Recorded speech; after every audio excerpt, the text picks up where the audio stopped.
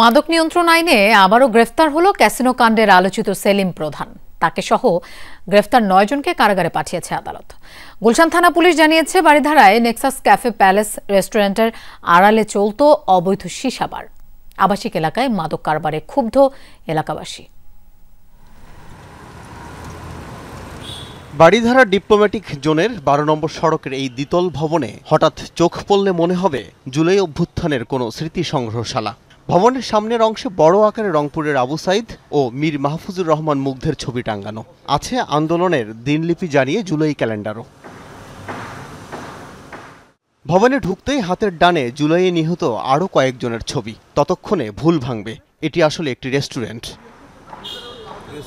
Police জানিয়েছে, জুলাইয়ের চেতনাকে সামনে রেখে পেছনে চলত মাদক সীসার কাজ কারবার। শুক্রবার মধ্যরাতে এই ভবনেই অভিযান চালায় পুলিশ। পুলিশের উপস্থিতি টের পেয়ে সবাইকে নিয়ে পালানোর চেষ্টা করে সেলিম প্রধান। রাত 3টার দিকে 9 জনকে গ্রেফতার করে পুলিশ। উদ্ধার করা হয় নগদ টাকাসহ সীসা ও সীসা গ্রহণের সরঞ্জাম। শনিবার দুপুরে গিয়ে দেখা যায় রেস্টুরেন্টটি তখনও খোলা। অভ্যর্থনা অংশে রেস্টুরেন্টের ট্রেড লাইসেন্স এর সাথে সেলিম প্রধানের নানা সময়ের ছবি টাঙ্গানো। তবে ট্রেড লাইসেন্সের সাথে এই রেস্টুরেন্টের নামের মিল পাওয়া যায়নি। দখল করে অবৈধভাবে যে নারী কেলেঙ্কারি হস্কি মুস্কি ব্যবসা বাণিজ্য করতেছে, এখানে আবাসিক এলাকার মানুষের অনেক ডিস্টার্ব হয়। সারা রাত এখানে অবৈধভাবে মানুষ আড্ডাবাজি করে, গাড়ি গুড়ি নিয়ে যানজট করে। তারপরে এখানে সারা রাত মানে খারাপ কাজ কাম চলে।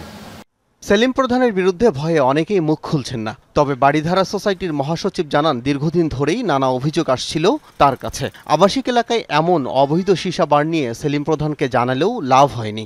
আমি জানি সে এখানে বই রাখবে, প্লাস হলো কফি খাওয়াবে মানুষকে, মানুষ আসবে কফি খাবে, বই পড়বে, এই হলো ওনার বক্তব্য ছিল আমাদের সাথে। যদিও একটা রেসিডেন্সিয়াল এলাকায় কোনো এই ধরনের রেস্টুরেন্ট চলতে পারে না, উনি খুব পাওয়ারফুল লোক জানি আমরা, এই জন্য ভয়েও আমরা অনেক সময় বলি নেই।